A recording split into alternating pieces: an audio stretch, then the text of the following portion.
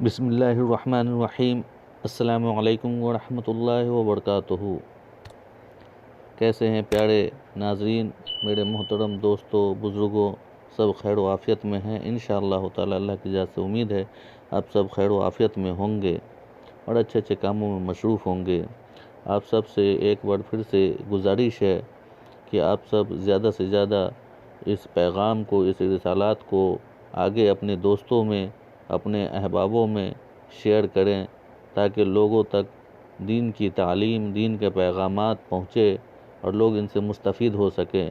بے شک دین کا پیغام، دین کی بات ایک سے لے کے دوسرے تک پہنچانا یہ صدقہ جاریہ ہے، اور انشاءاللہ تعالی اللہ پاک ان کا بدلہ دنیا اور آخرت کی بھلائی میں عطا فرمائیں گے انشاءاللہ۔ ہم سب کو اپنی اصلاح کرنے کی توفیق عطا فرمائے انشاءاللہ تعالی۔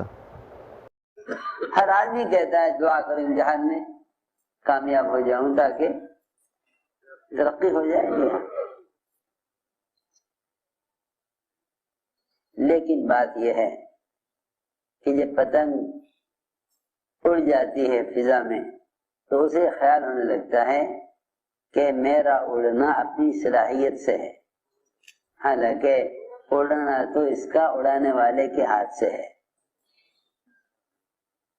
وہاں جا کر یہ خیال پیدا ہوتا ہے کہ ہمارے اندر اڑنے کی صلاحیت ہے، مگر ہمیں چھوڑتے ہی نہیں، ہمیں چھوڑتے ہی نہیں ہے، ہمیں پکڑا ہوا ہے، حالانکہ ہمارے اندر بڑی صلاحیت اڑنے کی ہے۔ حالانکہ ابتدا میں دیکھا ہوگا کہ کئی مرتبہ کوشش کی جاتی ہے اڑانے کی، وہ نیچے گرتی رہتی ہے۔ اب گشت پر استقامت نہیں، اب تعلیم پر استقامت نہیں، قربانی دیتے دیتے اس سطح پر آئے کہ آسمان میں اڑ رہے ہیں، اونچائی پر ہیں، بلندی پر ہیں۔ وہاں ایک بات پیش آتی ہے جو مجھے عرض کرنی ہے۔ وہاں مقابلہ ہو جاتا ہے اور دوسری پتنگ سے۔ یہ اس کام میں استخلاص ہے کہ تم کتنی بھی ترقی پہ پہنچ جاؤ اس کام میں، لیکن کسی کے کام کی تردید مت کرنا، کسی کے کام کی تردید مت کرنا، کسی سے مقابلہ مت کرنا۔ جب مقابلہ کرو گے تو پھر تم اصل سے کٹ جاؤ گے۔ مقابلہ کرو گے تو جی ہاں، کیوں بھائی؟ جب مقابلہ کرو گے اصل سے کٹ جاؤ گے، جی ہاں، جب مقابلہ کرو گے تو تم اصل سے کٹ جاؤ گے۔ اور آدمی کٹ جاتا ہے لیکن اس کو اپنے کٹنے کا احساس نہیں ہوتا، اس لیے کہ فضا میں پتنگ اوپر ہونے کی وجہ سے ہوا میں کچھ دیر باقی رہتی ہے۔ پھر سب آتے تھے کہ پھر اگر یہ کٹ گئی تو پھر یہ بجلی کے کھمبوں میں، تاروں میں، یا کسی نالے میں، یا بچوں کے ہاتھوں میں ادھر کھینچے گا، ادھر سے کھینچے گا، یہ پھٹ پھٹا کے ختم ہو جائے گی۔ پھٹ پھٹا کر عجیب کا بیان ہے اس پر پورا قرآنوں میں یہ بیان ہے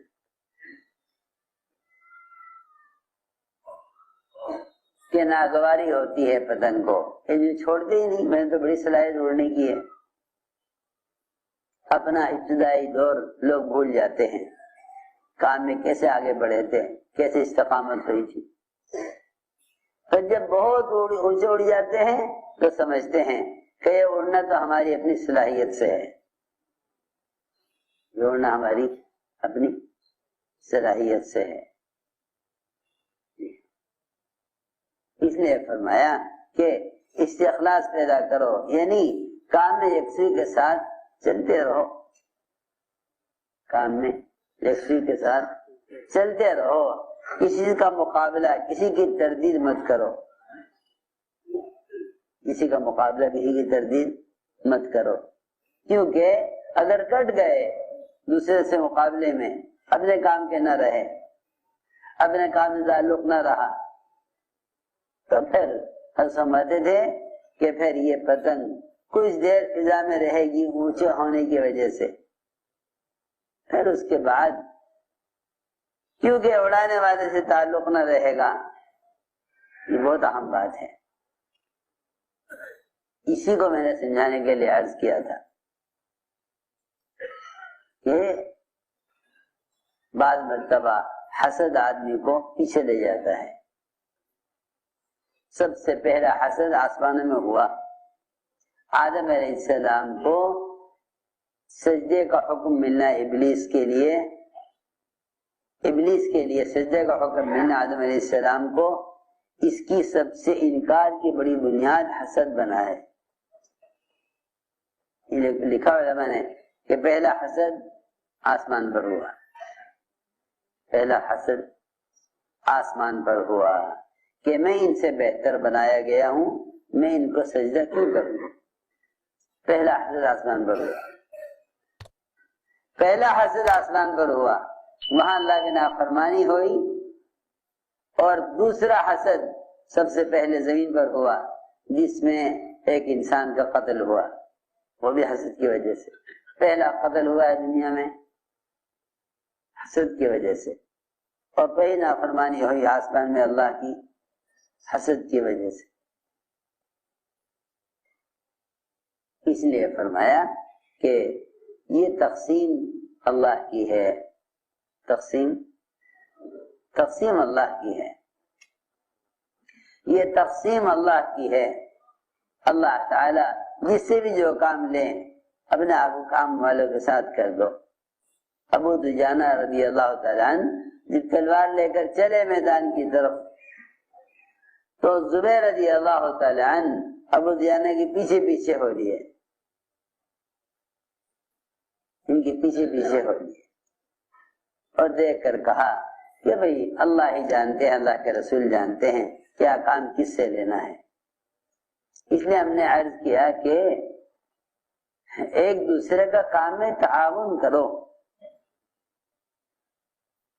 کام میں ایک دوسرے کا تعاون کرو، کام میں ایک دوسرے کا تعاون کرو، اس لیے کہ خیر کے کام تعاون سے ترقی کرتے ہیں، خیر کے کام تعاون سے ترقی کرتے ہیں، اور دنیا کے کام تقابل سے ترقی کرتے ہیں۔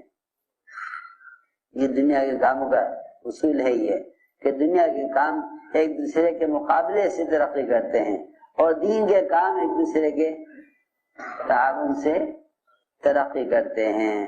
اس تعاون میں بڑی رکاوٹ حسد بنتا ہے، اس تعاون میں بڑی رکاوٹ حسد بنتا ہے۔ اس لیے فرمایا کہ خیر کے کام میں ایک دوسرے کا تعاون کرو، خیر کے کام ایک دوسرے کا تعاون کرو، کیونکہ حدیث میں آتا ہے کہ جو شخص اپنے بھائی کی مدد میں ہوتا ہے اللہ تعالیٰ اس کی مدد میں ہو جاتے ہیں۔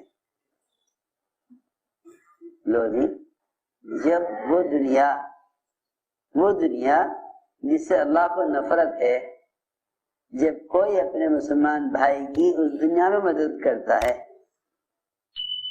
وہ دنیا جس سے اللہ کو نفرت ہے، جب کوئی مسلمان بھائی کی دنیاوی کام میں مدد کرتا ہے، تو جو آدمی دین کے کام میں اپنے بھائی کا مددگار بنے گا، اللہ کتنی مدد کریں گے اس کی؟ اللہ اس کی کتنی مدد کریں گے؟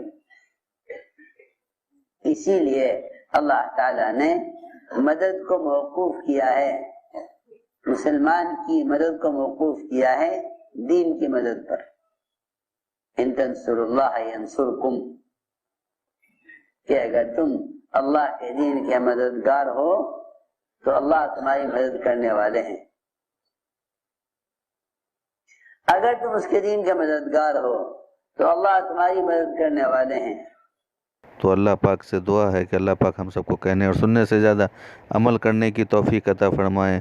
اللہ پاک حضرت مولانا صاحب کو بھی صحت عطا فرمائے، اور تمام امت مسلمہ کو صحت عطا فرمائے، اور موجودہ طور کے جو بھی امراض دنیا میں پھیلے ہوئے ہیں اللہ ان سب سے امت مسلمہ کی حفاظت فرمائے، تمام عالم اسلام کی حفاظت فرمائے اور تمام انسانیت کی حفاظت فرمائے۔